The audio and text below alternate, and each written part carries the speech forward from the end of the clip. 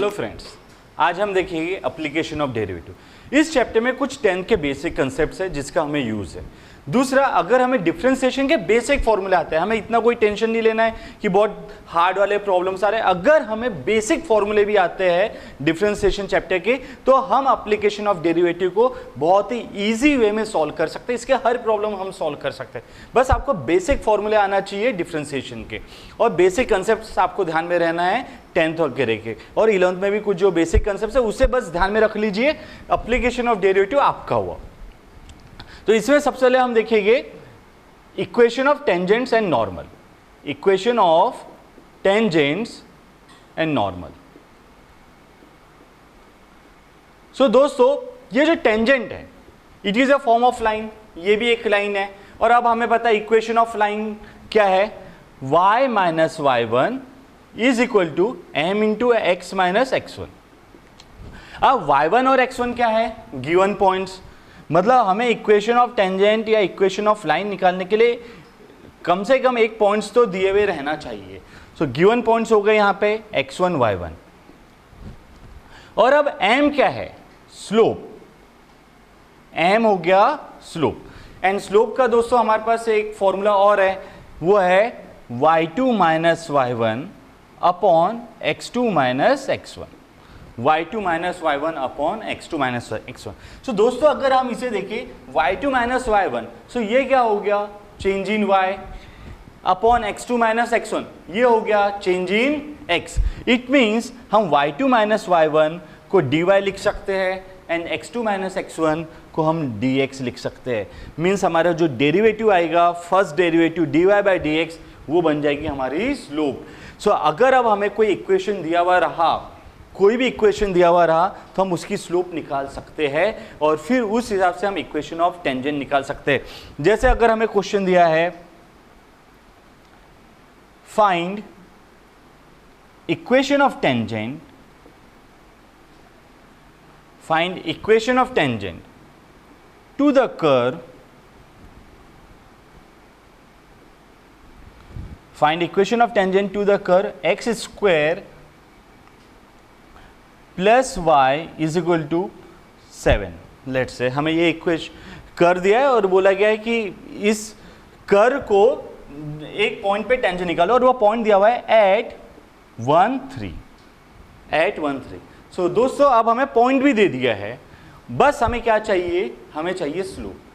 हमें चाहिए slope, that is m। So अब सीधा सा है, स्लोप m मतलब dy by dx।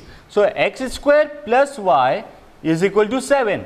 So x square का डिफरेंशिएशन क्या हो जाएगा, 2x, एंड y का differentiation dy by dx is equal to, और 7 का डिफरेंशिएशन क्या हो गया, 0, कांस्टेंट है। तो अब dy बाई dx क्या हो गया दोस्तों, dy बाई dx हो गया माइनस 2x।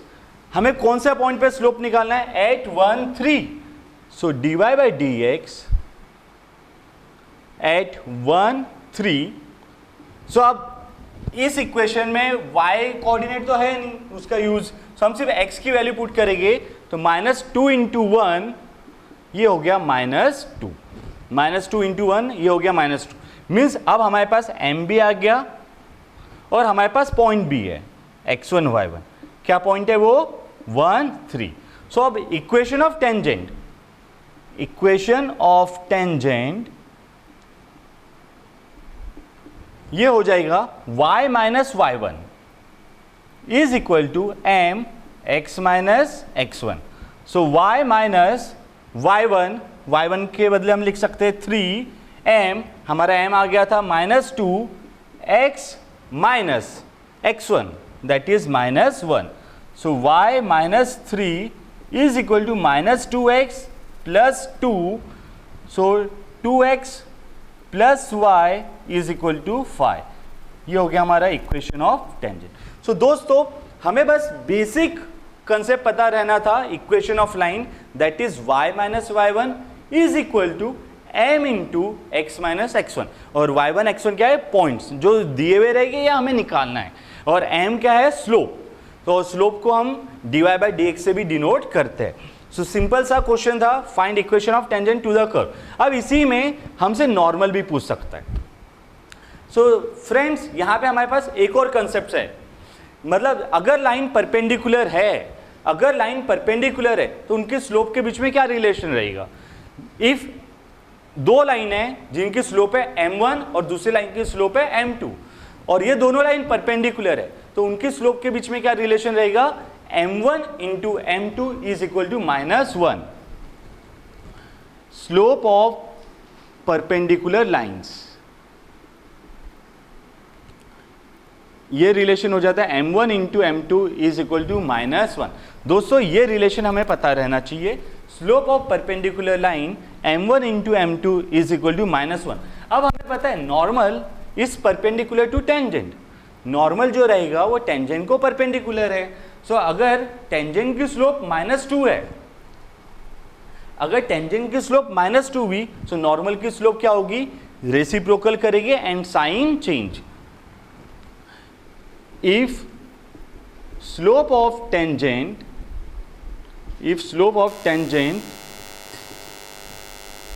is -2, अगर स्लोप ऑफ टेंजेंट -2 है तो नॉर्मल की स्लोप क्या हो जाएगी, रेसिप्रोकल एंड साइन चेंज। जैसे कि इफ स्लोप ऑफ टेंजेंट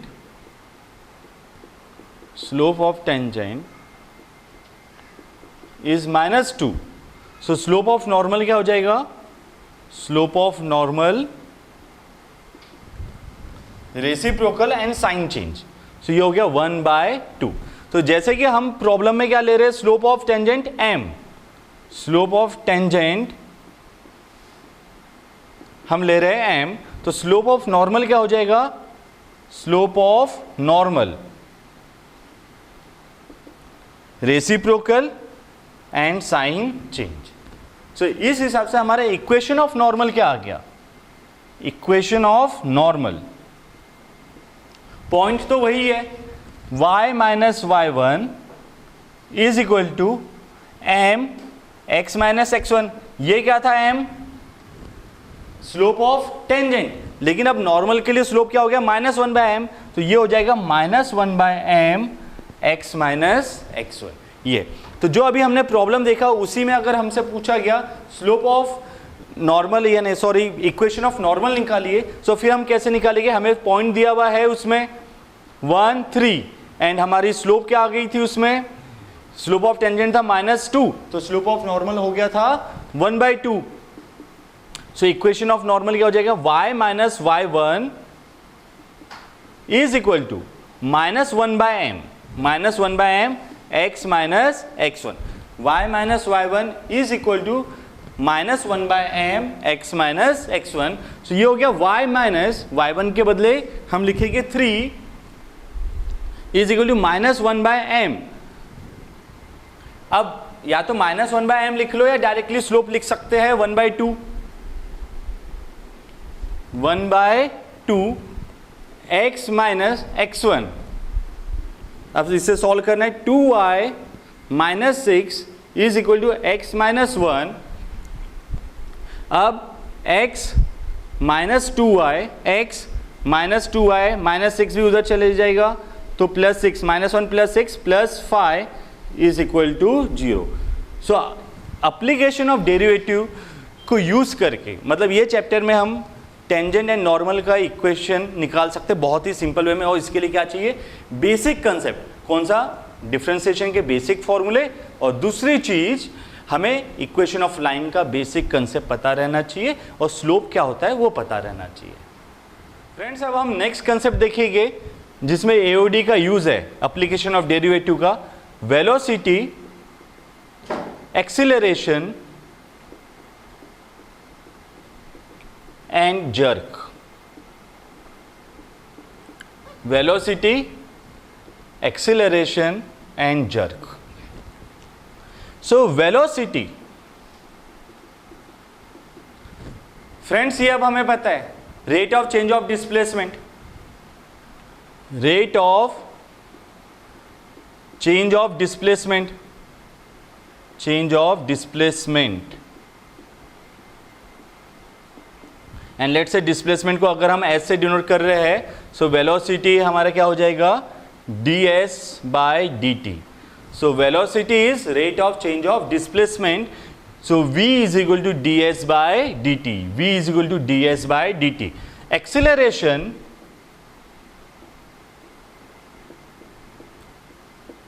अब एक्सेलरेशन हमें पता है rate of change of velocity with respect to time, rate of change of velocity with respect to time. So rate of change of velocity dv by dt. So अब हमारा acceleration आ गया dv by dt. और फिर jerk,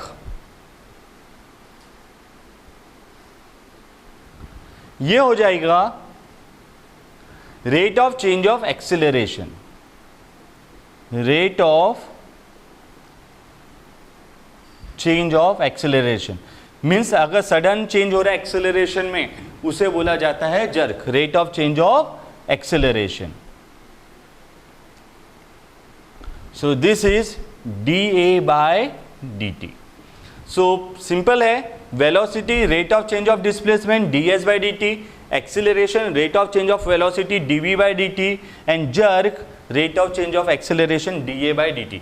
friends, अब अगर हम velocity हमें सीधा सा है वो तो हम ds बाई dt ले सकते हैं, बट एक्सेलरेशन को देखो इसे dv बाई dt भी ले सकते हैं, लेकिन v के फॉर्म, अगर v को मैं s के फॉर्म में ला लिया तो ये हमारा ऐसा बन सकता है d by dt ds by dt, that is d2s by dt square. Means acceleration is second order derivative of displacement. Acceleration is second order derivative of displacement. उसी हिसाब से जर्क क्या हो जाएगा, third order derivative of displacement. dA by dt, d by dt, इसे हम अगर v के फॉर्म में लिखे सो एक्सीलरेशन के लिए हम ऐसा लिख सकते हैं dv बाई dt. सो ये हो गया d2v by dt square, d2v by dt square. और इसी v को हम फिर s के फॉर्म में लिख दिए, सो ये हमारा बन जाएगा d3s by dt cube. So friends, एकदम इजी वे में डिस्प्लेसमेंट अगर उसे फर्स्ट टाइम हम डिफरेंशिएट कर रहे हैं सो हमें इक्वेशन मिलेगा किसका, वेलोसिटी का. सेकेंड टाइम डिफरेंशिएट कर रहे हैं तो acceleration, and third time differentiate कर रहे हैं सो हमारे पास इक्वेशन आ जाएगा जर्क का. ठीक है, जैसे कि अब हमें दिया हुआ है if s is equal to, s मतलब displacement 3t cube plus 4t square plus 7t plus 2. हमें डिस्प्लेसमेंट का एक इक्वेशन दिया है एंड हमसे बोला गया find velocity, acceleration and jerk at t is equal to 1 second, at t is equal to 1 second. So दोस्तों, हमें तो दे दिया है डिस्प्लेसमेंट का equation 3t cube plus 4t square plus 7t plus 2. अब हमें पता है वेलोसिटी के लिए हमें क्या करना पड़ेगा, डिस्प्लेसमेंट को differentiate. So v is equal to ds by dt, v is equal to ds by dt. अब हम इसे डिफरेंशिएट करेंगे सो t क्यूब क्या हो जाएगा 3t स्क्वायर, t क्यूब का डिफरेंशिएशन हो जाएगा 3t स्क्वायर प्लस 4 और t स्क्वायर का डिफरेंशिएशन 2t प्लस 7 और ये t का डिफरेंशिएशन 1 और 2 का डिफरेंशिएशन वो कांस्टेंट है तो 0. सो हमारा वेलोसिटी का इक्वेशन आ गया 9t square plus 8t plus 7. Friend, अब हमें वेलोसिटी का इक्वेशन तो आ गया, लेकिन हमें क्या बोला गया है, वेलोसिटी एट 1 सेकेंड, यानी t is equal to 1 second दिया हुआ है. So v at t is equal to 1, 9 1 का स्क्वायर प्लस 8 प्लस 7. सो ये हो गया 9 plus 8 plus 7. So this is 24 unit per second, 24 unit per second. इस तरह से हम वेलोसिटी निकालेंगे. अब हमें एक्सेलरेशन निकालना है. So we know that a is equal to dv by dt. या फिर इसे सेकेंड टाइम डिफ्रेंशिएट करें। So dv by d t, so इसका डिफ्रेंशिएट करना है d by d t of 9t square plus 8t plus 7। अब दोस्तों 9t square का डिफ्रेंशिएशन क्या हो जाएगा, 18t प्लस 8t का डिफ्रेंशिएशन 8। सो हमारा एक्सेलरेशन क्या आ रहा है, 18t plus 8। Now acceleration at t is equal to 1, acceleration at t is equal to 1, 18 plus 8 26। So acceleration हो गया 26 यूनिट पर सेकेंड स्क्वायर। अब हम फाइनली निकालेंगे jerk and we know that j is equal to d a by d t. इस बार हम acceleration वाले equation को डिफ्रेंशिएट करेंगे with respect to t। So अब 18t का डिफ्रेंशिएशन करेंगे, आंसर आ जाएगा 18 और ये 8 का क्या हो जाएगा 0। तो j is equal to 18 unit per second cube. सो एक सिंपल सा प्रॉब्लम है, डिस्प्लेसमेंट का इक्वेशन हमें दिया हुआ रहेगा और हमें वेलोसिटी, एक्सेलरेशन एंड जर्क निकालना है। एकदम सिंपल है, सिर्फ फर्स्ट टाइम डेरिवेटिव किए तो वेलोसिटी, सेकेंड टाइम डेरिवेटिव हम निकाल रहे हैं तो acceleration and third time derivative हम निकाल रहे हैं then jerk. So next concept है rate of measure. Rate of measure, इस कंसेप्ट के प्रॉब्लम सॉल्व करने के लिए हमें जरूरी है बेसिक फॉर्मूले आना जरूरी है। जैसे एरिया ऑफ स्क्वायर क्या होगा, side square that is l square. Area of rectangle length into breadth. Perimeter of square, perimeter of square 4L। Perimeter of rectangle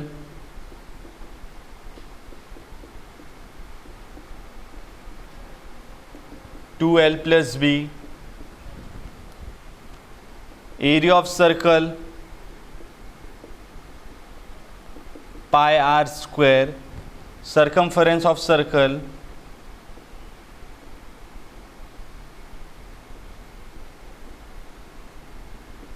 2 pi r. इसी तरह से वॉल्यूम ऑफ स्पीयर क्या होता है 4/3 pi r cube. Volume of cylinder ये क्या है pi r square h. So basic ये फॉर्मूले अगर हमें आते हैं, सो रेट ऑफ मेजर वाला जो टॉपिक है वो बहुत सिंपल है।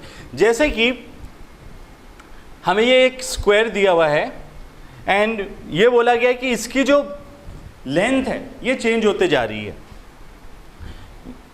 लेट्स से जो लेंथ है वो चेंज हो रही है, rate of change of length dl/dt ये हमें दे दिया है 2 सेंटीमीटर पर सेकेंड। dl/dt ये हमें दिया हुआ है 2 सेंटीमीटर पर सेकेंड एंड हमें बोला है find change in rate of change in, find rate of change in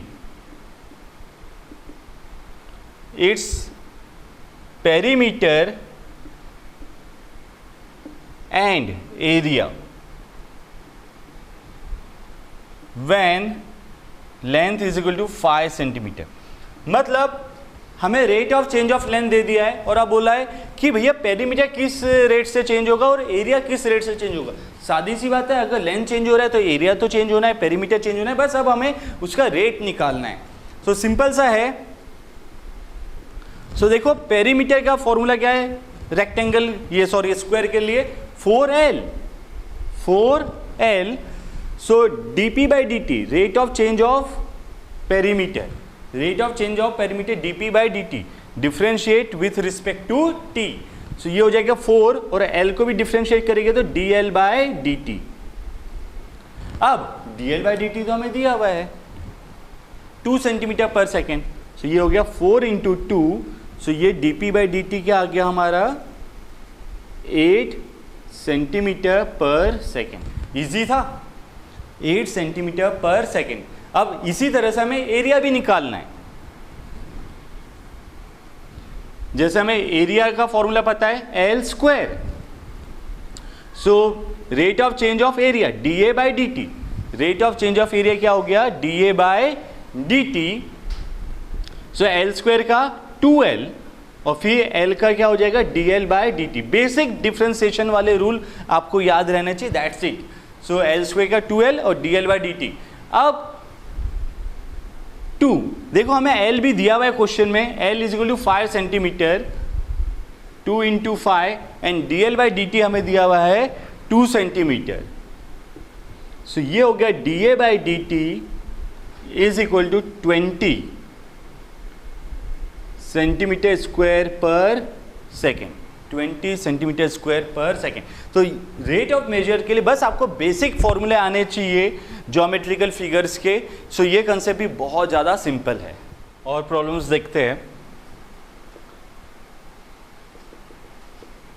find the rate of change of area of rectangle, find the rate of change of area of rectangle when length changes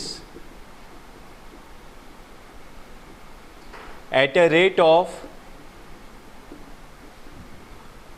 5 unit per second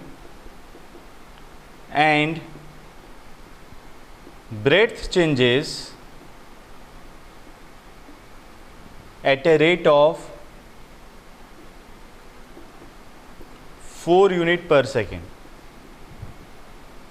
और हमें given है कि जो length and breadth है, late से वो 10 unit and जो breadth है वो 8 यूनिट हम ले लेते हैं, ये हमें गिवन है करके।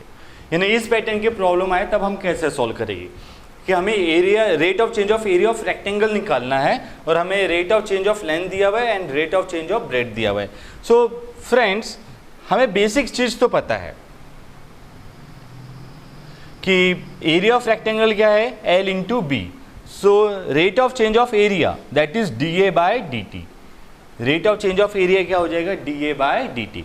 अब d a by d t, so यहाँ पे कौन सा रूल अप्लाई करेंगे हम, प्रोडक्ट रूल। सो ये हो गया L into d b by d t plus B into d l by d t, L into d b by d t plus B into d l by d t. अब L हमें दिया हुआ है 10 unit, so 10 और d b by d t change in या rate of change of breadth, so क्या है 4 unit per second. So 10 into 4 plus breadth 8 and d l by d t rate of change of length 5। So 10 into 4 40 plus 40, so rate of change of area जो हमारा आ गया d a by d t ये हो गया 80 unit square per second. Easy है, बस दोस्तों हमें बेसिक फॉर्मूला आना चाहिए कि एरिया ऑफ रेक्टेंगल क्या है L इंटू बी, और उसमें फिर बेसिक कंसेप्ट प्रोडक्ट रूल कि D a by d T क्या होगा first function into differentiation of second function plus second function into differentiation of first function. और प्रॉब्लम देख लेते, जैसे कि हमें दिया हुआ है कि हम एक पॉन्ड है उसमें हमने पत्थर मारे, सो क्या होगा सर्कल्स बनेंगे, रिपल्स बनते हैं और वो रिपल्स जो है वो सर्कल बड़े बड़े होते जाते हैं। सो अगर हमें दिया हुआ है rate of change of radius, rate of change of radius हमें दिया हुआ है एंड वो बोल सकता है find rate of change of area of circle. देखो उसके question, when a stone is thrown in the pond, when a stone is thrown in the pond, ripples are formed, ripples are formed और ripples क्या हो गए circles हो गए। अब हमें दिया है the rate of change of, the rate of change of radius is 2 centimetre per second. हमें दे दिया rate of change of radius is 2 centimetre per second. Find the rate of change of, find the rate of change of circumference and area. Find the rate of change of circumference and area at r is equal to 5 centimetre. So अब हमें rate of change of circumference भी निकालना है और rate of change of area निकालना है at r is equal to 5. So simple सा problem है. हमें सर्कमफरेंस का फॉर्मूला पता है. Circumference of circle is 2 pi r. Circumference of circle is 2 pi r. So ये क्या हो जाएगा, dc by dt. dc by dt is equal to 2 pi dr by dt. dc by dt is equal to 2 pi dr by dt. So 2 pi. अब rate of change of radius क्या हो गया, 2. सो ये हो गया 4 पाई सेंटीमीटर पर सेकेंड. अब इसी तरह से हम एरिया के लिए निकाल लेंगे. एरिया क्या है, pi r square. So dA by dt क्या हो जाएगा इस बार, पाई आर स्क्वायर का 2r और फिर dr by dt. Pi 2r. So 2 into r की वैल्यू हमें दिया हुआ है 5 एंड dr बाई dt क्या है 2. सो अब हमारा dA बाई dt क्या आ गया, 4 5 जा 20 पाई सेंटीमीटर स्क्वायर पर सेकेंड. सो सिंपल सा प्रॉब्लम है दोस्तों. बस हमें बेसिक चीज ध्यान में रखनी है और वो कि हमें फॉर्मूले आने चाहिए. अब अगर हमें सर्कमफरेंस के फॉर्मूले में कन्फ्यूजन है, हमें एरिया के फॉर्मूले में कन्फ्यूजन है, तब ये प्रॉब्लम हार्ड हो जाते हैं. अदरवाइज एप्लीकेशन ऑफ डेरिवेटिव के जो प्रॉब्लम से बहुत ज़्यादा सिंपल है. ठीक है, नोट कर लो फ्रेंड्स. सो नेक्स्ट कंसेप्ट है approximation.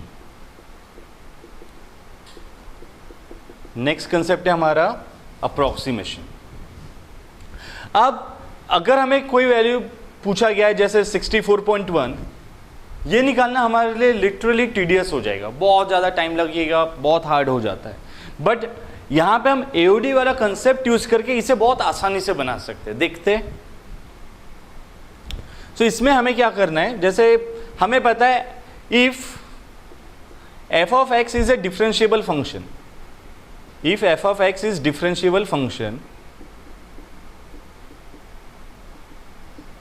of x, so at x is equal to a, so f dash of a क्या हो जाएगा, limit h tends to 0 f of a plus h minus f of a upon h.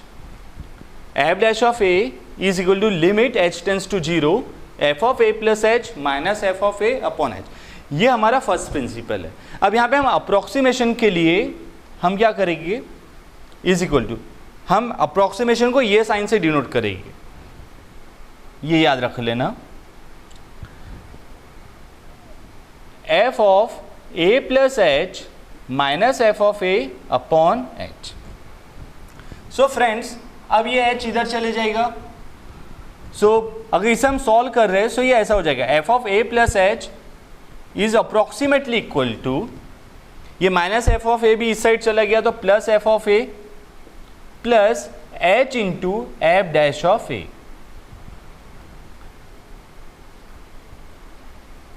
So f of a plus h is approximately equal to f of a plus h into f dash of a.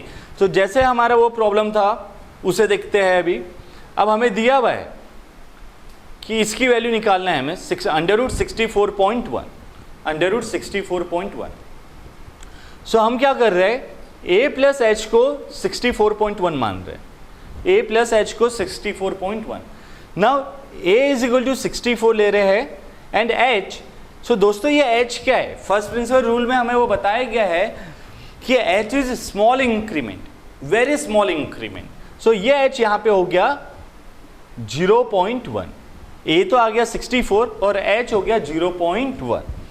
सो अब हमारा जो f of x है ये हो गया under root x. ये function हो गया अब under root x. So friends f dash of x क्या हो जाएगा, अगर f of x under root x है so f dash of x क्या होगा 1/2 root x, 1/2 root x, basic differentiation rule. Now f of a क्या होने वाला है, अंडर रूट एक्स के बदले ए की वैल्यू 64 और ये क्या आ गया 8, under root 8, sorry under root 64 that is equal to 8. And f dash of a, अब एफ डैश ऑफ ए क्या होगा 1/2 under root x. So under root x means under root 64, ये हो गया 8 मीन्स 1/16, 1/16. अब हम हमारा फॉर्मूला यूज कर लेंगे. F of a plus h is approximately equal to f of a plus h into f dash of a. F of a plus h into f dash of a. So अब ये क्या हो जाएगा, f of ए की हमारी value आ गई 8 plus h is 0.1 divide by, या F dash of a क्या है 1/16. सो ये हो गया 8 प्लस 0.1/16, या इसे हम ऐसे लिख सकते हैं 1/160. अब ये वैल्यू कैसे आ जाएगी, सादी सी बात है, अब यहाँ पे आपको डिवाइड करना पड़ेगा. सो करते हैं 1/60. सो मैं तो इसे इस तरह से कर लेता हूँ, इंटू 10⁻³ सबके अपने अपने तरीके हैं, मुझे ये इजी जाता है. सो अब ये क्या हो रहा है 8 plus 100 divide by 16, 100 divide by 16 ये हो गया 6.25 इंटू 10⁻³ है. सो ये इस तरह से हो जाएगा 8 प्लस 0.00625. सो अब ये हमारा आंसर आ गया, यानी अब हम बोल सकते हैं under root 64.1 is approximately equal to 8.00625. So friends, आपको सिर्फ बेसिक फॉर्मूला याद रखना है, f of a plus h is equal to f of a plus h into f dash of a. Note कर लीजिए. अब हमें दिया हुआ है find approximate value of, find approximate value of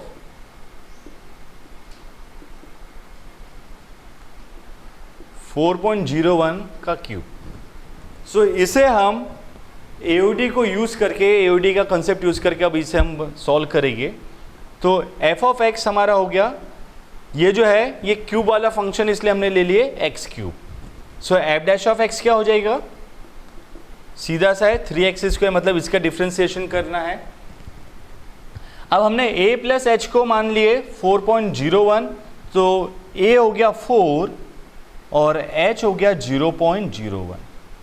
a हुआ 4 एंड h हुआ 0.01. नाउ f ऑफ a क्या हो जाएगा, f ऑफ a क्यूब और a क्या है 4, सो ये हो गया 4 का क्यूब दैट इज 64. और f dash of a 3 into 4 square, 3 into 4 square. ये देखो यहां से इन्हें x के बदले अपन ने 4 डाल दी. 4 का स्क्वायर 16, 3 जा 48. सो bye approximation formula f of a plus h, f of a plus h is approximately equal to f of a plus h into f dash of a, f of a plus h into f dash of a. so अब ये हो जाएगा f of a की value 64, हमारा h कितना आया 0.01 into f dash of a that is 48. so ये 64 plus 0.48, 64 plus 0.48. so f of a plus h is equal to 64.48. Easy है। नेक्स्ट क्वेश्चन लेते हैं। अब हमें दिया है find approximate value of, find approximate value of tan inverse 0.999। अब हमें यह दे दिया है कि find approximate value of tan inverse 0.999। चलो अब इसे सॉल्व करते हैं। सो हमारा जो f ऑफ x है वो क्या हो गया, tan इनवर्स 0.999 है तो tan inverse x। So f dash of x क्या हो जाएगा, सिंपल सा फॉर्मूला हमें पता है, inverse trigonometric differentiation 1/1 plus x square. Now a plus h को हमने ले लिया, अब 0.999 है तो कौन सी वैल्यू हम लेंगे, a प्लस एच को 1। सो a क्या हो जाएगा 1, फिर h को क्या लोगे 0. a प्लस एच हम लेंगे 0.999। अब a को हमने क्या ले लिया 1, सो h हो गया, माइनस में लेना पड़ेगा माइनस 0.001, h हो गया minus 0.001। Now f of a that is tan inverse x, यानी tan इनवर्स a और a क्या है 1। सो दोस्तों tan इनवर्स 1 कितना होता है π/4, tan इनवर्स 1 होता है π/4। सो हमारा f ऑफ a आ गया π/4। अब f dash of a, f dash of a 1/1 plus x square. So यहां पे a का स्क्वायर और a क्या है 1, सो ये हो गया 1 का square, so 1 + 1 2। So f dash of a हमारा आ गया 1/2। सो अब हमारे पास f ऑफ a भी है, f डैश ऑफ a भी है, और अब हमें अप्रोक्सीमेशन वाले फॉर्मूले में ये सब वैल्यू पुट करनी है। f of a plus h is approximately equal to f of a plus h into f dash of a, f of a plus h into f dash of a। So f of a की value क्या है π/4 plus h की value minus, तो हम ले लेते हैं minus 0.001, और f डैश ऑफ a की वैल्यू 1/2। सो 1/2 मीन्स 0.5, 1/2 को हम ले सकते हैं ना 0.5। सो अब इसे सॉल्व करेंगे, सो ये हमारी अप्रोक्सीमेट वैल्यू आ गई π/4 माइनस 0.0005। ये हो गया हमारा आंसर π/4 माइनस 0.0005। नेक्स्ट कंसेप्ट हम देखेंगे Rolle's theorem. Rolle's theorem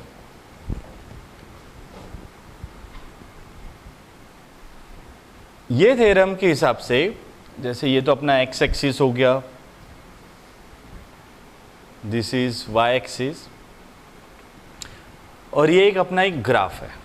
so ये बोल रहा है कि ये जो ग्राफ है, let's say it is in between point a and point b, and if this graph, if this function is continuous in close interval, ये हमें दिया हुआ है function, if f of x is continuous in close interval a to b, ये याद रखना। अगर function जो है वो कंटिन्यूअस है क्लोज इंटरवल पे a to b and differentiable in open interval a to b। अब दोस्तों close interval and open interval क्या हुआ, क्लोज इंटरवल जैसे अगर हमें दिया हुआ है ए बी, ये हो गया क्लोज इंटरवल, इसका मतलब है if x belongs to a b, तो इसका मतलब हो जाएगा जो वैल्यू x की वो a और b के बीच में है, including a and b, means x a भी हो सकता है एंड x b भी हो सकता है। एंड जब हम ओपन इंटरवल बोल रहे हैं, ओपन इंटरवल बोल रहे, इसका मतलब हुआ कि जो x की वैल्यू है वो a और b के बीच में तो है, a और b के बीच में, बट a और b नहीं हो सकती। क्लोज इंटरवल में a एंड b भी हो सकती है और ओपन इंटरवल में a एंड b नहीं हो सकती। सो अब हमें रोलेस थ्योरम क्या हो रहा है, अगर फंक्शन कंटिन्यूअस है, फंक्शन कंटिन्यूअस है in close interval and differentiable है इन ओपन इंटरवल, अगर फंक्शन कंटिन्यूअस है क्लोज इंटरवल पे और फंक्शन डिफरेंशिएबल है ओपन इंटरवल पे, and f of a is equal to f of b, और ये भी है कि f ऑफ a और f ऑफ b बराबर है, f ऑफ a और f ऑफ b बराबर है, तो एक ऐसा पॉइंट रहेगा इस ग्राफ में, एक ऐसा पॉइंट रहेगा इस ग्राफ में जहां पे f dash of c will be equal to 0 and c belongs to a to b। ना हम बोल सकते हैं जो c रहेगा वो a और b के बीच में रहेगा, एक ऐसा पॉइंट रहेगा ग्राफ में जहां पे f dash of c will be equal to 0। जैसे वो लेट से वो पॉइंट ये है, तो यहाँ पे जो स्लोप हो जाएगी f dash of c this is equal to 0। इसका मतलब हम बोल सकते हैं कि वो जो लाइन है वो पैरेलल टू x एक्सिस बन रहा है, वो line parallel to x axis. So Rolle's theorem क्या हो रहा है, अगर फंक्शन कंटिन्यूअस है in close interval, function differentiable है in open interval and f of a is equal to f of b, तो रोले थ्योरम वेरीफाइड हो रहा है। एंड वो बोल रहा है कि एक ऐसा पॉइंट है उस ग्राफ में, एक ऐसा पॉइंट है उस पूरे ग्राफ में जहां पे अगर हम टेंजेंट बना रहे हैं सो उसकी जो स्लोप है, उसकी जो स्लोप है वो 0 आएगी, means that is parallel to x axis, that is parallel to x axis. So f dash of c will be equal to 0 और ये जो c है वो in between a and b रहेगा। इजी है, इसके भी हम प्रॉब्लम देखते हैं। अब जैसे कि हमें दिया हुआ है f of x x cube minus 4x plus 3 and x belongs to 1 2 3, and अब हमें देखना है कि रोले थ्योरम वेरीफाइड होती है या नहीं होती है, एंड इफ वेरीफाई होती है सो कौन से पॉइंट पे f डैश ऑफ x 0 होगा। Let's see. तो सबसे पहले ये तो पॉलिनोमियल है, एंड जैसे कि ये पॉलिनोमियल है ये कंटिन्यूअस है एंड ये डिफरेंशिएबल भी है, as f of x is a polynomial, as f of x is a polynomial, it is continuous in 1 2 3 and differentiable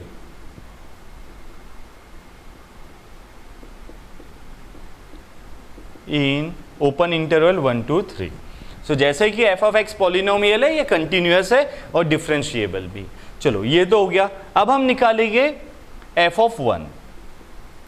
अब f ऑफ 1 देख लेते हैं, 1 का क्यूब माइनस 4 इंटू 1 प्लस 3, सो 1 प्लस 3 4 माइनस 4 0, और f ऑफ 3 क्या हो जाएगा, 3 का cube minus 4 into 3 plus 3,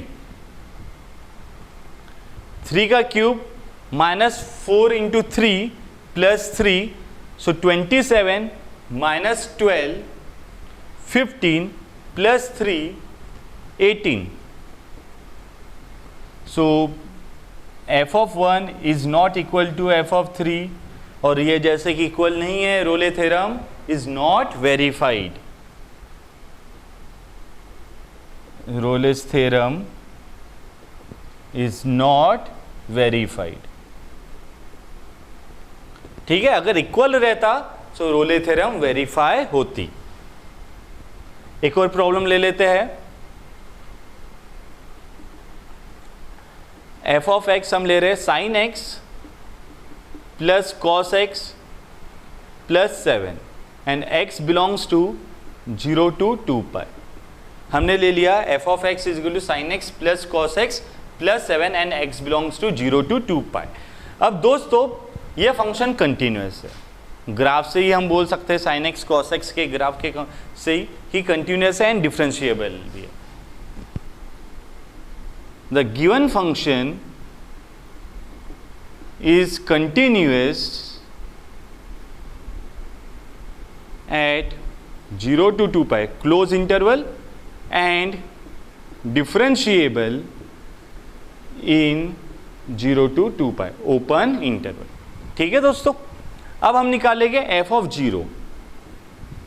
So f of 0 sin 0 plus cos 0 plus 7. sin 0 क्या होता है 0, cos 0 1 एंड प्लस 7, तो 1 प्लस 7 ये हो गया 8. और f of 2 pi sin 2 pi plus cos 2 pi plus 7. So sin 2 pi 0, cos 2 pi 1 plus 7 8.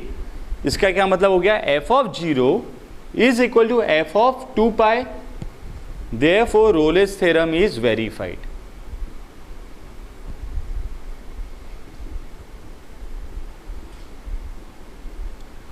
इसका मतलब हो गया रोलेस थ्योरम वेरीफाई हो गया.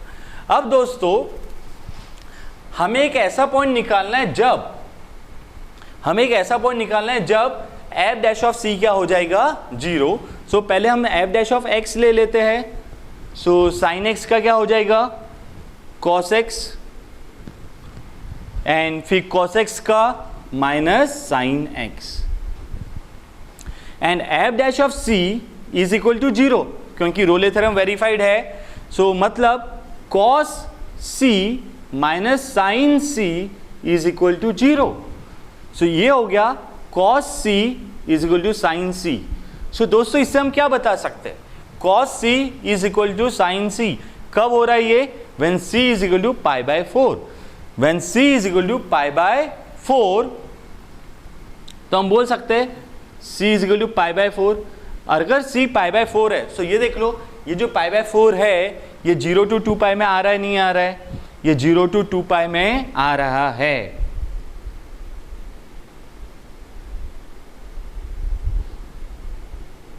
So at c is equal to pi by 4, cos c is equal to sin c, that is f dash of c is equal to 0. f dash of c is equal to 0. Next है Lagrange mean value theorem.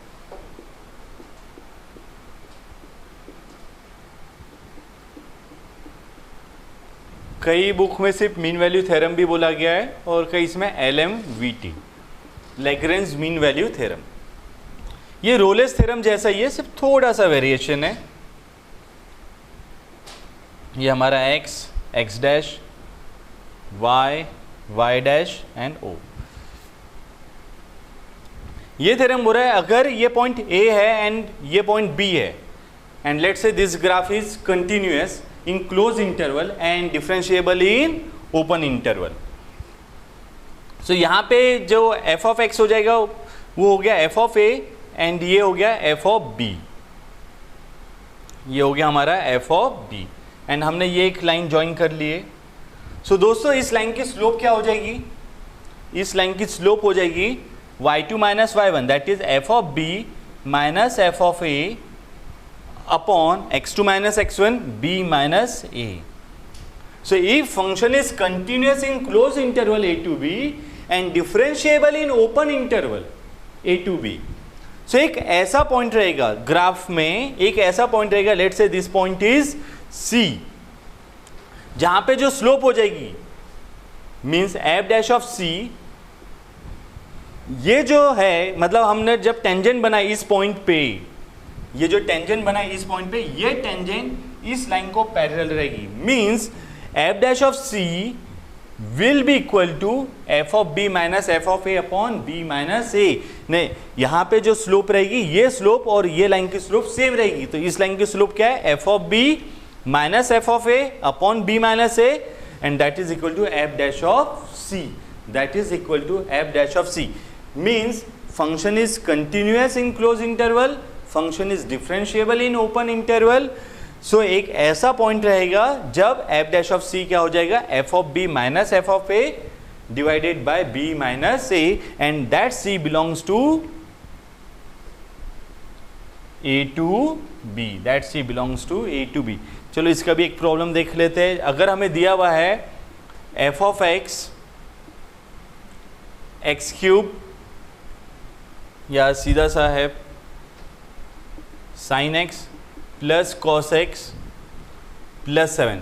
अभी जैसे ही problem ले लेते हैं, f of x is equal to sine x plus cos x plus 7 and x belongs to 0 to 2 pi. So उस हिसाब से हमारा ये क्या हो जाएगा, f of x is equal to sine x plus cos x plus 7 and x belongs to 0 to 2 पाई। तो हमारे लिए ए तो हो गया 0, बी हो गया 2 पाई, एंड हम वो लिख सकते हैं function is continuous in close interval and function is differentiable in open interval 0 to 2 pi.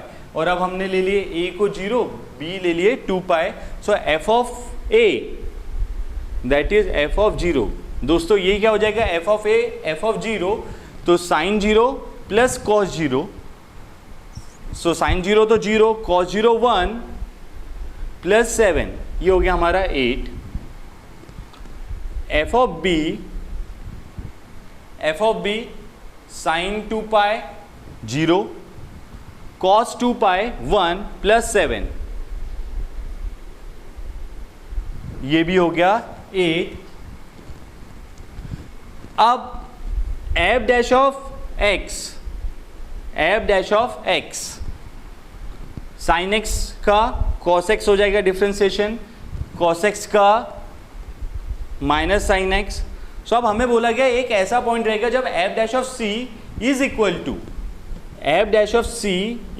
To f of b minus f of a upon b minus a. F dash of c is equal to f of b minus f of a upon b minus a. So अब f dash of c क्या होगा दोस्तों, cos c minus sine c, cos c minus sine c. F of b क्या हो गया, f of b 8, f of a क्या हो गया 8, बी 2 पाई माइनस 0। ना 8 माइनस 8 तो ये पूरा टर्म ही 0 आ गया, इसका मतलब cos c minus sine c. तो इस हिसाब से हम लिख सकते हैं cos c is equal to sine c, means c is equal to pi by 4। वैसे 5 पाई बाय 4 भी होता है, सो हमने ले लिया c is equal to pi by 4 and it belongs to 0 to 2 pi. So almost ये और रोलेस थ्योरम सेम ही है, बस रोलेस थ्योरम के हिसाब से वो एक्स एक्सिस से पैरेलल रह रहा है आयतन में, और इसके हिसाब से ये जो लाइन को ज्वाइन कर रहा है इससे वो पॉइंट पे जो टेंजेंट रहेगी वो पैरेलल रहेगी।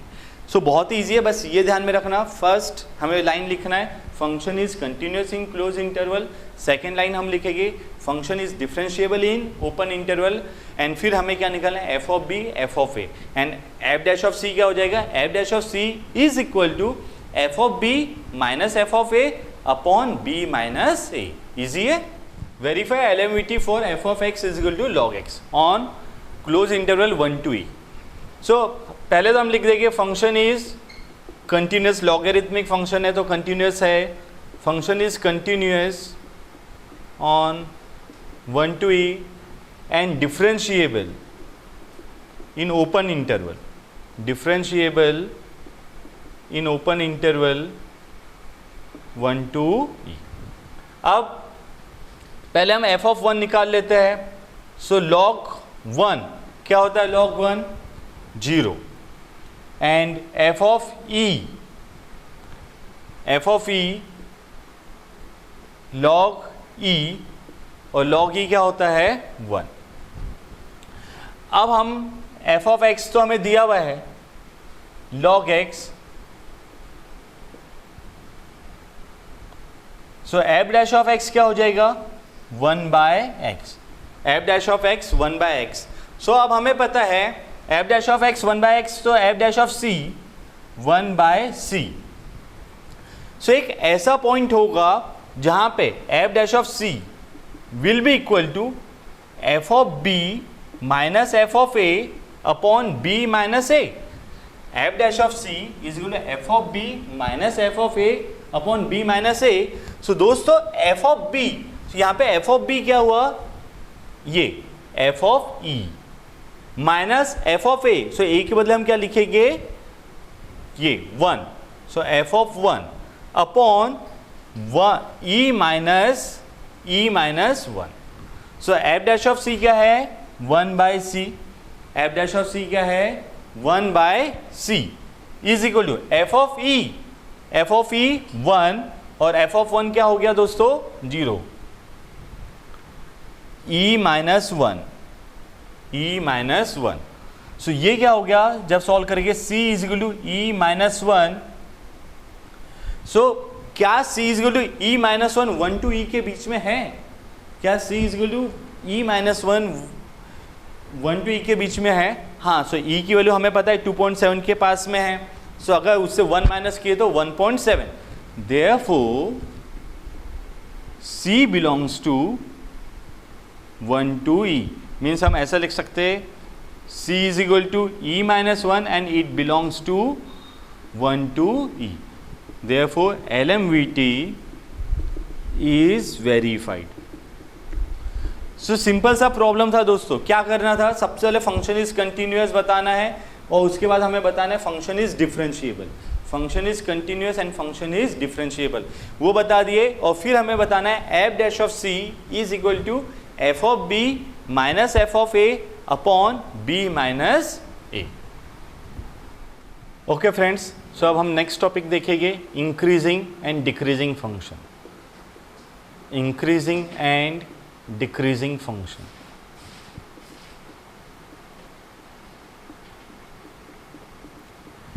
जैसे कि ये हम अब ग्राफ में देखेंगे,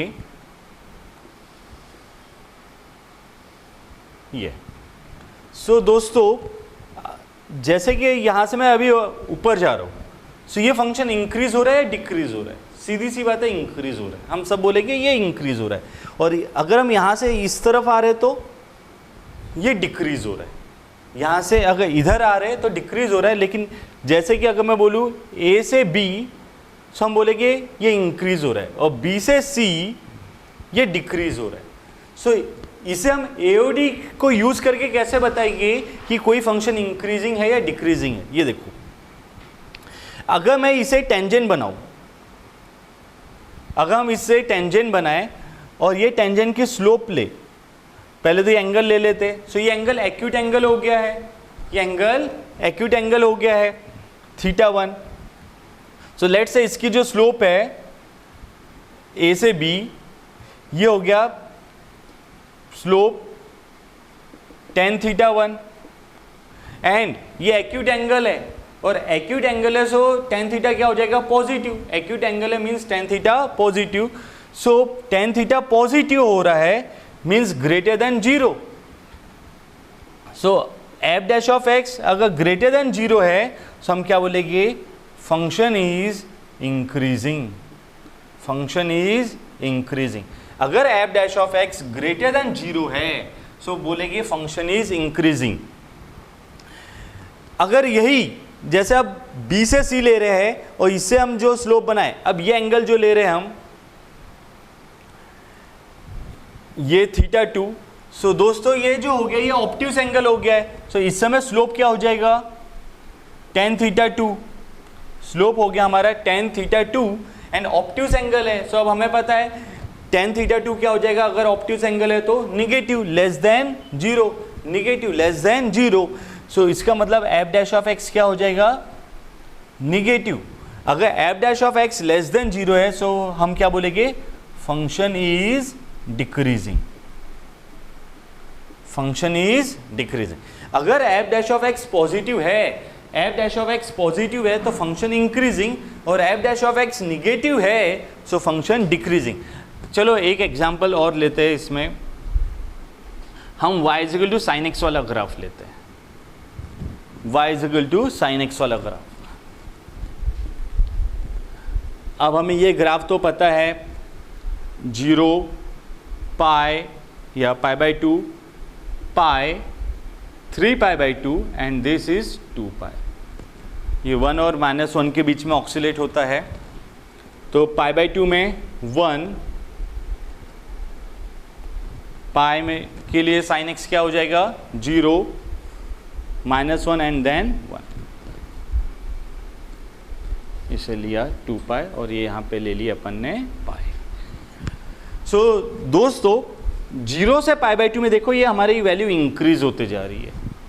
0 से π/2 में ये हमारी वैल्यू इंक्रीज होते जा रही है। यही π/2 से पाई में डिक्रीज हो रही है, या हम ये बोल सकते हैं π/2 से 3π/2 तक के पूरा ग्राफ डिक्रीज हो रहा है, एंड वापस 3π/2 से 2π में ये ग्राफ इंक्रीज हो रहा है।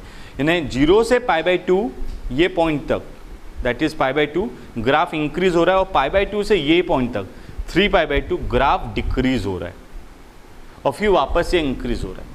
सो क्या हम ये डिफ्रेंसिएशन AOD वाले कंसेप्ट से बना सकते हैं? तो देखो, ये हमारा y equal to sine x हो गया, मीन्स हमारा f ऑफ x क्या है? Sine x. So f dash of x क्या हो जाएगा दोस्तों? cos x। f dash of x क्या हो गया? cos x। अब हमें बोला गया है अगर f dash of x positive है, अगर f dash of x positive है मतलब फंक्शन इंक्रीजिंग, और अगर f dash of x negative है सो फंक्शन इज डिक्रीजिंग। सो फॉर 0 to π/2 दोस्तों, 0 to π/2 cos x क्या हो जाता है? पॉजिटिव वैल्यू है। 0 to π/2 cos x की वैल्यू पॉजिटिव रहती है। 0 to π/2 cos x is greater than 0, positive रहेगी। इसका मतलब है f dash of x is greater than 0, function is increasing है। 0 to π/2 cos x greater than 0 होता है, तो उसका मतलब हुआ f डैश ऑफ x भी greater than 0, function is increasing. सही है, दिख रहा है। अब π/2 से पाई या π/2 से 3π/2, हमें पता है π/2 से 3π/2, फॉर π/2 to 3π/2 दोस्तों cos x क्या हो जाता है? निगेटिव। cos x की वैल्यू क्या आती है? Negative, means less than 0। So f dash of x क्या हो रहा है? Negative, function is decreasing, function is decreasing है। π/2 से 3π/2 फंक्शन इज डिक्रीजिंग। और इसी तरह से 3π/2 से 2π वापस cos x क्या हो जाता है? पॉजिटिव हो जाता है। 3π/2 से 2π वापस cos x पॉजिटिव होता है, एंड cos x पॉजिटिव हो रहा है तो हमारा f डैश ऑफ x भी पॉजिटिव होगा, और फंक्शन क्या हो जाएगा? इंक्रीजिंग। सो दोस्तों सीधा सा याद रखना, अगर f dash of x greater than 0 है function increasing, f dash of x less than 0 है फंक्शन डिक्रीजिंग। और अगर f डैश ऑफ x एक लिमिट तक के पॉजिटिव और दूसरे लिमिट तक के निगेटिव है, so function is neither increasing not decreasing बोला जाएगा। Find the value of x for which the function f of x 2x cube minus 15x square minus 144x minus 7 is strictly increasing or strictly decreasing। तो देखते हैं दोस्तों, अब हमें f of x दिया हुआ है 2x cube minus 15x square minus 144x minus 7। अगर हमें ज़्यादा नहीं आ रहा है तो एटलीस्ट हम f डैश ऑफ x निकाल सकते हैं। चलो निकाल लेते हैं। सो ये 3x स्क्वायर हो जाएगा मल्टीप्लाई बाई 2, तो 6x square minus 30x minus 144, और ये तो 0 हो गया। यहाँ से अगर अपन 6 कॉमन निकाल लिए, सो x square minus 5x minus 24। अब हमें फैक्टर्स निकालना है, ऐसे दो नंबर जिसे मल्टीप्लाई करने के बाद -24 आए और ऐड करने के बाद -5, तो सीधा सा इसे सॉल्व कर सकते हैं हम। f dash of x is equal to 6 into x minus 8 x plus 3, यानी -8 प्लस 3 ये हमारे फैक्टर्स हो गए। -8 प्लस 3। दोस्तों मैं एक ट्रिक बता रहा हूँ, उससे करिए तो ये प्रॉब्लम ज़्यादा इजी हो जाते हैं। जो हमारे ये वैल्यूज आई है 8 एंड 3, इसे आप लिख लीजिए। -8 है तो अगर x माइनस 8 0 करें तो x इज इक्वल टू क्या हो जाएगा? 8। सो मैं इसे 8 यहाँ पे लिख रहा हूँ, और प्लस 3 है सो मैं एक वैल्यू डाल देता हूँ -3, यानी x प्लस 3 0, सो हम क्या ले रहे हैं? x is equal to -3। सो एक -3 लिया 8। सो ये अगर मैं नंबर लाइन मान रहा हूँ इसे, सो मेरी नंबर लाइन 3 पार्ट में डिवाइड हो गई है। मेरी नंबर लाइन 3 पार्ट में डिवाइड हो गई, एक ये पार्ट, एक ये पार्ट, और एक ये बीच वाला पार्ट। ऐसे 3 पार्ट में हमारी नंबर लाइन डिवाइड हो गई। अब हमें क्या करना है? ये तीनों पार्ट में से हर एक के एक रैंडमली कोई सी भी वैल्यू ले लो बीच में से, एंड वो वैल्यू आप एफ डैश ऑफ एक्स में पुट करके देख लीजिए। यानी हमारा जो ये एफ डैश ऑफ एक्स है 6 into x minus 8 x plus 3, 6 into x minus 8 x plus 3। जैसे कि -3 और 8, तो इसके बीच में मैं एक रैंडम वैल्यू कंसीडर कर रहा हूँ 0। 8 के बाद मैं एक रैंडम वैल्यू, मेरे कैलकुलेशन इजी हो जाए इसलिए 10, और इधर मैं ले रहा हूँ लेट से -4 इस साइड। हमने ऐसे 3 वैल्यू कंसीडर कर लिए। सो अगर मैं 0 ले रहा हूँ, सो दोस्तों अगर अपन 0 ले रहे फॉर 0, हमारा एफ डैश ऑफ एक्स क्या हो जाएगा 6 इंटू 0 माइनस 8 0 प्लस 3। हमें सॉल्व नहीं करना है, ये पॉजिटिव है निगेटिव है, ये वैल्यू निगेटिव है, मल्टीप्लाई में एक भी निगेटिव है, ये वैल्यू निगेटिव है, लेस देन 0। अब f dash of x less than 0 है, इसका मतलब लेस देन 0 है, इसका मतलब फंक्शन इज डिक्रीजिंग। मतलब ये जो बीच वाला पार्ट है इसके लिए फंक्शन क्या हो गया, डिक्रीजिंग। बीच वाले पार्ट के लिए फंक्शन डिक्रीजिंग हो गया। अब अगर हम 10 ले रहे हैं फॉर 10, है ना, एक्स के बदले अब हम 10 पुट कर रहे हैं, सो हमारा एफ डैश ऑफ एक्स क्या आ रहा है, ओरल भी निकाल सकते हैं 6 10 माइनस 8, ये पॉजिटिव हो गया, 10 प्लस 3 ये भी पॉजिटिव, मीन्स ग्रेटर देन 0। देख लेते हैं 6 10 minus 8 2 10 plus 3 13, obviously greater than 0। Greater than 0 मतलब function is increasing, greater than 0 means function is increasing. तो हमें ये समझ में आ गया कि इस साइड फंक्शन इंक्रीजिंग है, मतलब अगर नंबर 8 से ज़्यादा है तो फंक्शन इंक्रीजिंग है। और अब इस साइड हम आ जाते हैं -4 पुट करते हैं, सो फॉर -4, यानी हम x के लिए -4 पुट करें तो एफ डैश ऑफ x क्या हो जाएगा 6 -4 -8 -12 -4 प्लस 3 -1। सो दोस्तों ये माइनस इंटू माइनस प्लस हो गया, सो ये भी वैल्यू ग्रेटर देन 0 आ जाएगी, पॉजिटिव वैल्यू, और पॉजिटिव वैल्यू है मीन्स फंक्शन इज इंक्रीजिंग। सो अब हमें समझ गया कि नंबर लाइन में 3 पार्ट बन रहे, इस साइड वाला पार्ट इंक्रीजिंग बता रहा है, इस साइड वाला पार्ट भी इंक्रीजिंग बता रहा है, और जो बीच वाला पार्ट है वो बता रहा है डिक्रीजिंग। अब हमें बोला है स्ट्रिक्टली इंक्रीजिंग कब है, सो हम बता देंगे ये 8 से इन्फिनिटी तक और -3 से -इन्फिनिटी तक इंक्रीजिंग, और in between -3 to 8, in between -3 to 8 function is decreasing. सो जैसे हमसे पूछा इंक्रीजिंग, सो हम बोलेंगे इंक्रीजिंग क्या रहेगा -इन्फिनिटी टू -3, और इस साइड भी है इसलिए union 8 to infinity, -infinity to -3 union 8 to infinity. और डिक्रीजिंग कहाँ है, इनके बीच में। सो डिक्रीजिंग के लिए क्या होगा, x belongs to -3 to 8, decreasing के लिए x belongs to -3 to 8। दोस्तों याद रखना ओपन ब्रैकेट है, क्लोज ब्रैकेट नहीं है। अगर आपने वहाँ पे क्लोज है, वहाँ पे 0 हो रहा है -3 पे या 8 पे, सो वो एक चीज़ ध्यान में रखना। और बहुत बार तो ये प्रॉब्लम देखा गया है इंक्रीजिंग डिक्रीजिंग में, ये जो बीच वाला है यही डिक्रीजिंग आता है, तो यहीं पे आपका टाइम भी बचता है। अगर ऑब्जेक्टिव के हिसाब से ये जो बीच वाला रीजन आ रहा है 95% प्रॉब्लम्स में ये बीच वाले पार्ट में ही डिक्रीजिंग दिखाएगा, और ये पार्ट से इधर और ये पार्ट से इधर इंक्रीजिंग।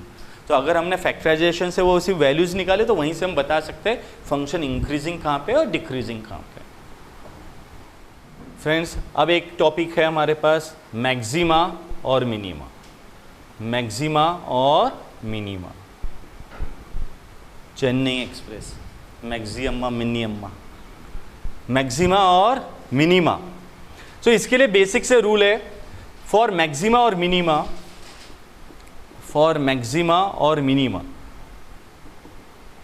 सबसे पहले क्या करो, एफ डैश ऑफ एक्स निकाल लो, ये हमारे पहला स्टेप हुआ। Step 1 find F dash of x, ठीक है। स्टेप 2 हम बताएंगे कि एफ डैश ऑफ एक्स चाहे मैक्सिमा हो या मिनिमा हो, F dash of x is equal to 0, और let's say at x is equal to c, f dash of c is equal to 0. At x is equal to c, f dash of c is equal to 0. Step 3, we will find f double dash of x. हमें क्या करना है? f double dash of x निकालना है. Step 4, अगर f double dash of x मतलब हमारा x क्या था? c. So f double dash of c अगर ये पॉजिटिव है, if it is greater than 0, सो हम बताएंगे function is minima. Function is minima. और अगर f double dash of c negative है, f double dash of c negative है, so हम बोल देंगे function is maxima. Function is maxima. So step 1 हमें क्या करना है? f डैश ऑफ x निकालना है, फिर हमें इक्वेट करना है 0 से, हम c निकाल लेंगे, और फिर f double dash of x. अगर f double dash of c positive आया फंक्शन मिनिमा, और f double dash of c negative आया तो फंक्शन मैक्सिमा. चलो एक हाथ प्रॉब्लम देख लेते इसका भी. अगर हमें दिया हुआ है divide 100 into 2 parts, divide 100 into 2 parts such that their product is maximum. Divide 100 into 2 parts such that their product is maximum. So दोस्तों पहले तो हम अगर दो पार्ट में डिवाइड कर रहे हैं 100 को, सो अगर मैं फर्स्ट पार्ट x मान रहा हूँ, अगर हम फर्स्ट पार्ट x मान रहे हैं, सो सेकेंड पार्ट अगर y ले रहे तो y क्या हो जाएगा? 100 माइनस x है. अगर एक पार्ट हमारा x है, सो सेकेंड पार्ट क्या हो जाएगा दोस्तों? 100 माइनस x. तो हमारा f ऑफ x आ गया. अब f ऑफ x को हम सिंप्लीफाई कर देते, 100x minus x square, 100x minus x square. फिर हमारा रूल क्या बोल रहा है? f ऑफ x है हमारे पास, तो f डैश ऑफ x निकालो. सो हम निकालेंगे f डैश ऑफ x. अब f डैश ऑफ x क्या होगा? 100x का डिफ्रेंसिएशन 100 और माइनस एक्स स्क्वायर का डिफ्रेंसिएशन माइनस 2x. चाहे मिनिमा हो या मैक्सिमा हो, f डैश ऑफ x को हम किससे इक्वेट करें? 0 से. फॉर मिनिमा और मैक्सिमा दोनों के लिए, फॉर मिनिमा और maxima f dash of x क्या हो जाएगा? 0. सो 100 minus 2x is equal to 0. सो हमारा x क्या आ जाएगा? इससे सॉल्व करेंगे तो 50. हमारा x आ गया 50. नेक्स्ट स्टेप क्या है दोस्तों? Find f dash of x. हमें नेक्स्ट स्टेप क्या करने बोला है? Find f dash of f double dash of x.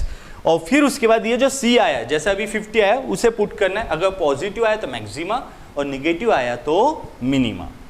तो हमारा x तो 50 आ गया. अब हम निकालेंगे f double dash of x.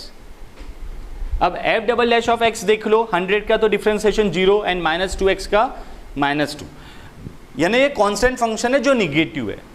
So even f double dash of 50 ये भी माइनस 2 ही होगा, मीन्स लेस देन 0. और इसका क्या मतलब है दोस्तों? इसका मतलब है function is maxima at x is equal to 50. Function is maxima at x is equal to 50. Function जो है वो मैक्सिमा है at x is equal to 50. अब देख लो, अगर हम उसे दो पार्ट में डिवाइड करें 50 एंड 100 माइनस 50, तो जो प्रोडक्ट है वो मैक्सिमम आ रहा है. अगर उसके अलावा कोई से भी दो नंबर लेते हैं तो प्रोडक्ट उससे कम ही रहेगा. सो दोस्तों ये था हमारा एप्लीकेशन ऑफ डेरिवेटिव. ये जो मैंने आज लिया है, ये मतलब हर टॉपिक को हमने कंसीडर किया है, कवर किया है, एंड उसके बेसिक्स प्रॉब्लम लिए. ये ऐसा नहीं कि एकदम हार्ड वाले प्रॉब्लम हमने कवर किए, बट हाँ इससे आपको एक ओवरऑल आइडिया आ जाएगा what this chapter is all about. अब इसकी आप प्रैक्टिस करिए और अगले वीडियो में हम इसके एक्सरसाइज के प्रॉब्लम्स लेंगे.